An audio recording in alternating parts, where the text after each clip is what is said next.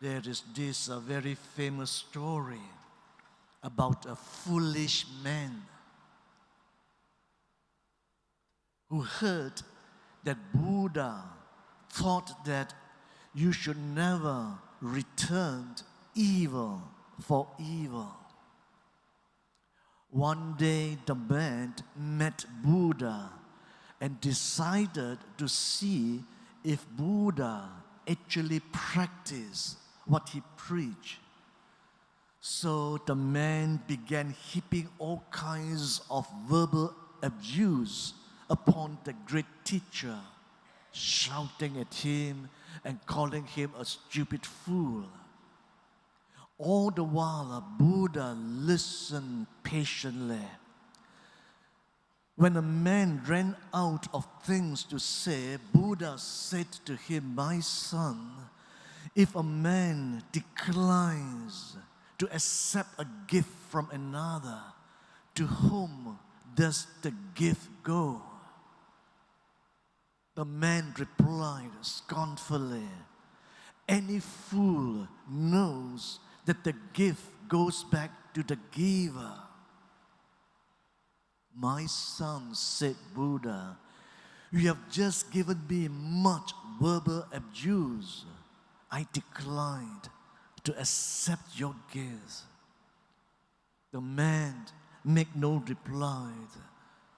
Then Buddha said further, "My son, a man who slanders a virtuous person is like a man who spits at the sky.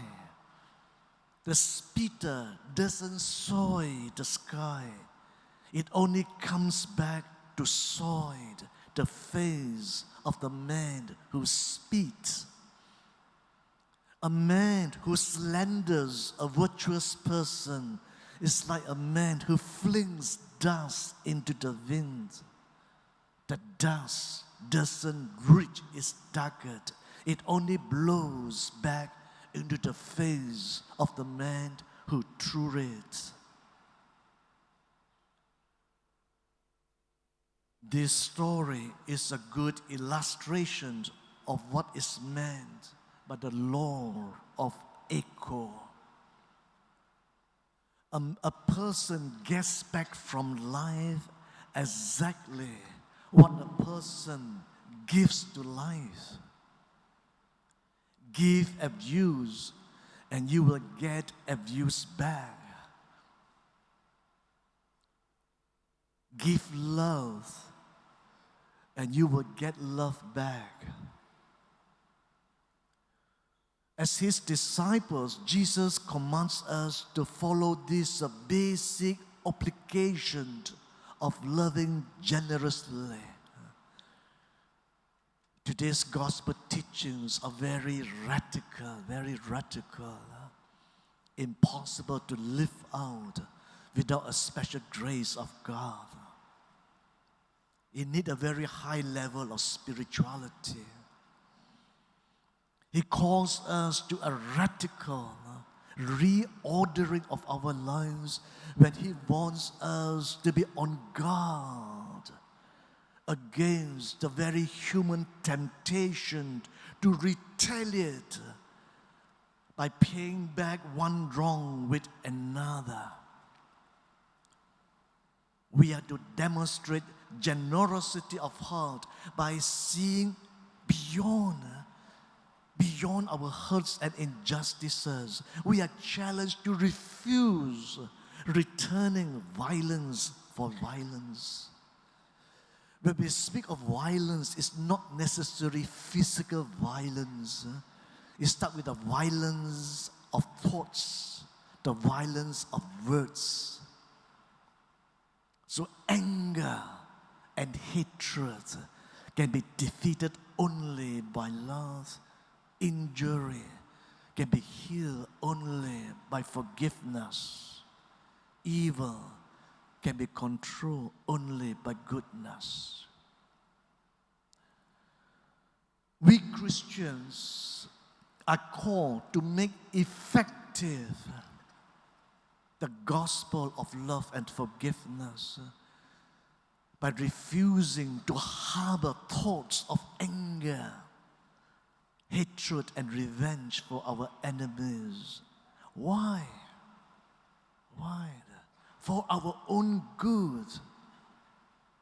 Because anger, bitterness, and resentment are like cancers which can eat us up.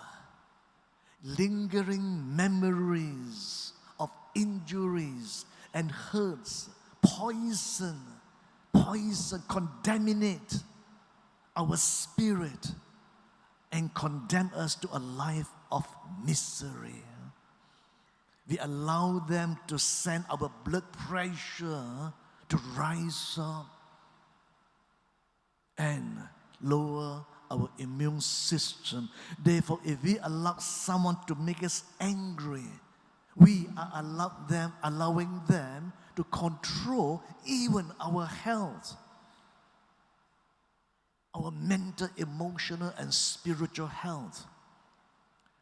This late Jesuit priest, Father Anthony de Mello, wrote many years ago, if I were asked what epitaph I would like to have on my grave, I would have answered, he was a holy man. Later, I think I would have liked the words, he was a good man. But now the epitaph I would like is, he was a free man. Because it's very hard to be really free. And one of the most subtle ways in which we lose our freedom is through our attitudes to other people. Others may hate us, but they can do little harm to our inner selves. But if we hate them back, we have given our freedom over to them. We have let those who hurt us control our behavior. Our instinctive reaction towards those who hurt us is to hurt them back. You give me, I give you back. Life, however, also has a so-called law of the echo. If you curse into an echo chamber, a curse will return to you. If you have tried it in a cave, it will echo back the voice. You get back from life exactly what you give to life. Jesus says, forgive and you will be forgiven.